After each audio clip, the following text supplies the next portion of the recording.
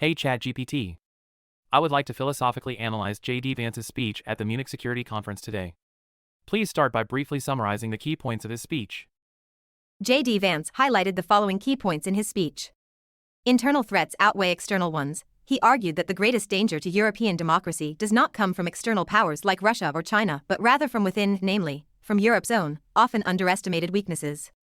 Weakening of democracy. Vance criticized the erosion of European institutions and democratic processes, citing examples such as the overturning of election results, as in the case of Romania, and the use of censorship mechanisms to silence critical voices.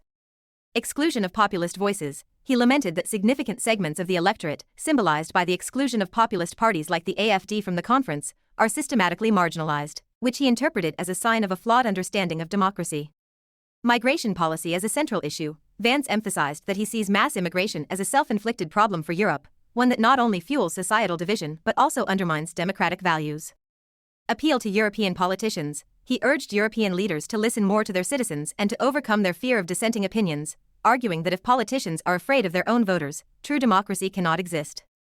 These points formed the central thread of his speech, in which he deliberately shifted the focus from external security threats to internal challenges and what he sees as a democratic deficit in Europe. That's a good summary. I would agree with J.D. Vance that freedom of speech, freedom of conscience, and respect for election results are absolutely central components of our Western culture and political organization. While there were many outraged reactions to Vance's speech, are there actually strong philosophical counterarguments against these key points?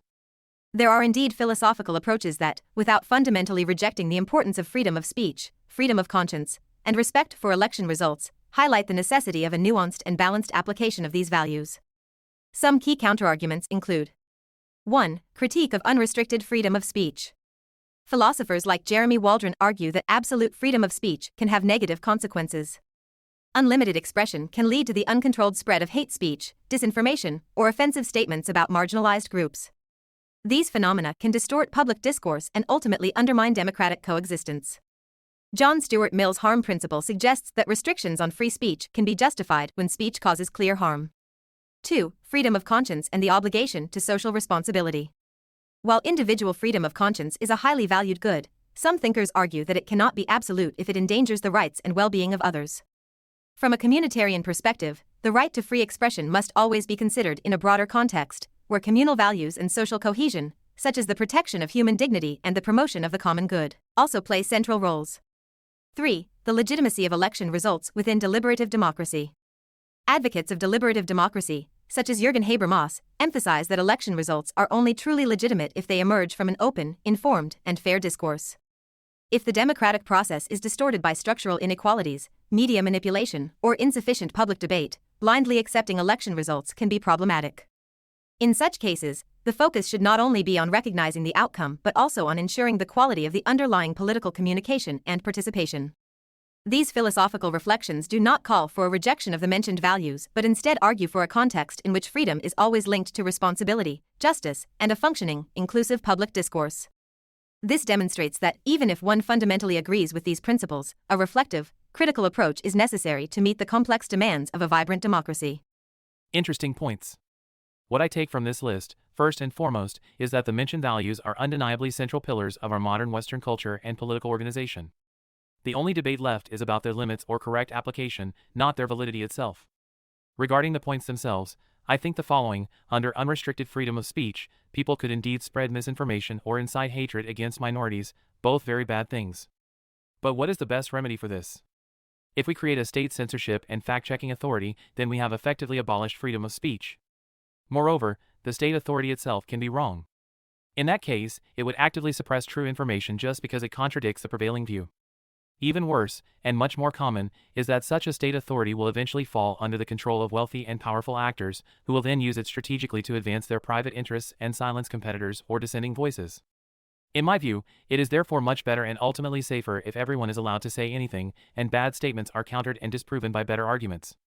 The falsehood and malicious motives behind hate speech and misinformation can almost always be publicly exposed in a clear and compelling way, leading to the discrediting and social marginalization of those who spread such ideas.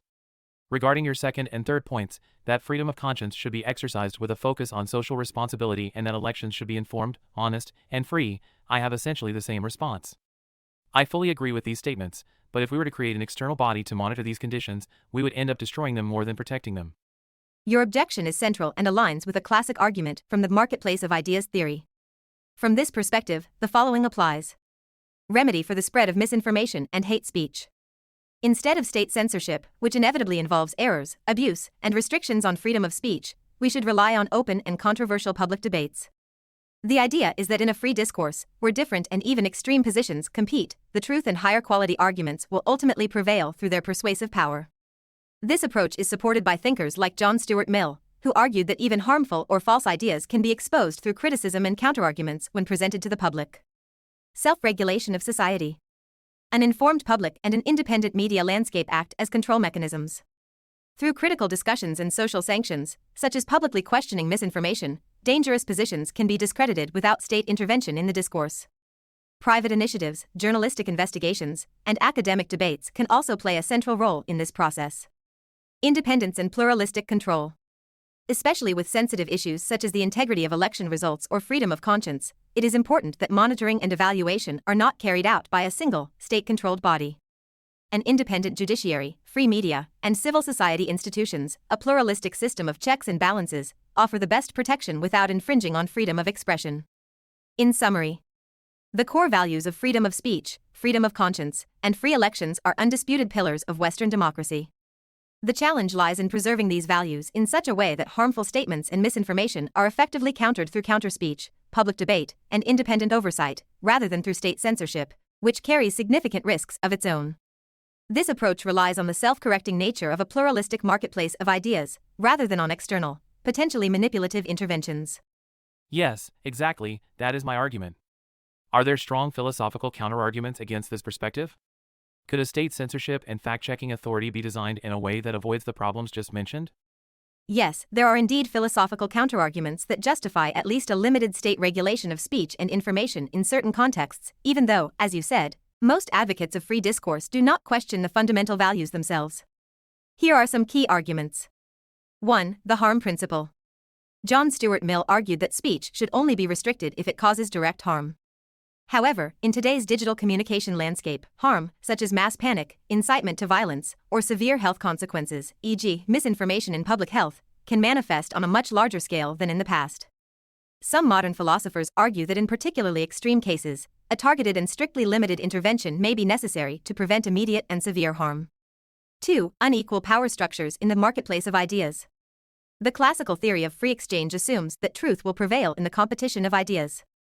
Critics, however, point out that in practice, discourse is often dominated by powerful actors, such as large media corporations or well-funded interest groups. These structural imbalances can lead to the systematic amplification of dangerous or misleading information. A well-designed, independent regulatory body could, in theory, help mitigate such distortions to some extent, without suppressing fundamental freedom of speech. 3. Protection of human dignity and public discourse. Philosophers like Ronald Dworkin argue that certain types of speech, such as hate speech aimed at degrading and disenfranchising minorities, cause not only individual harm but also societal damage.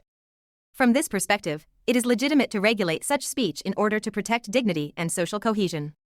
The goal here is not to suppress criticism but to create a framework in which all voices, especially those of vulnerable groups, can be heard in a respectful discourse.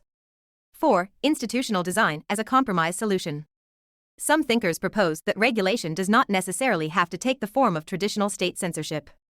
Instead, independent, decentralized fact-checking bodies with strict transparency and accountability mechanisms could be established. These institutions could include representatives from academia, civil society, and the media and be subject to judicial oversight. This, at least in theory, could prevent control over information from falling into the hands of a single state apparatus or powerful interest groups.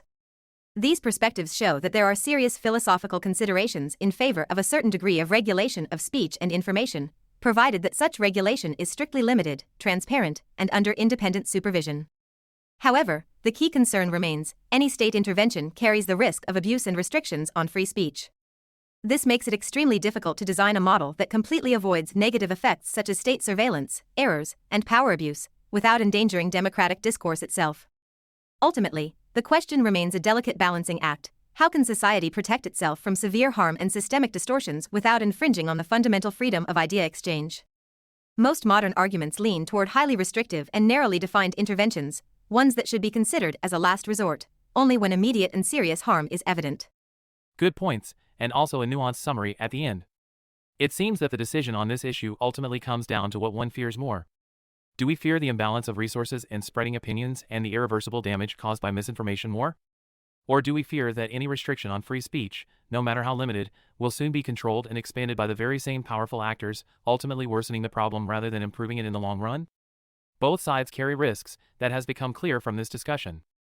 I know that I see unrestricted freedom of speech as the better solution, but I also know that many people in today's Europe do not share this view. In any case, I appreciate this fascinating conversation. Until next time. That sums it up very well. It really is a weighing of risks. On one hand, the risk that uncontrolled misinformation and resource disparities in the information market could cause irreparable damage. On the other, the risk that even well-intentioned state interventions to regulate free speech could be instrumentalized by powerful actors and ultimately restrict freedom of expression in the long run. Your preference for unrestricted free speech is understandable and is seen by many as essential for an open, self-correcting discourse, even though it faces opposition in some European circles, especially in light of recent developments. I also thank you for this fascinating conversation and look forward to our next one. See you soon.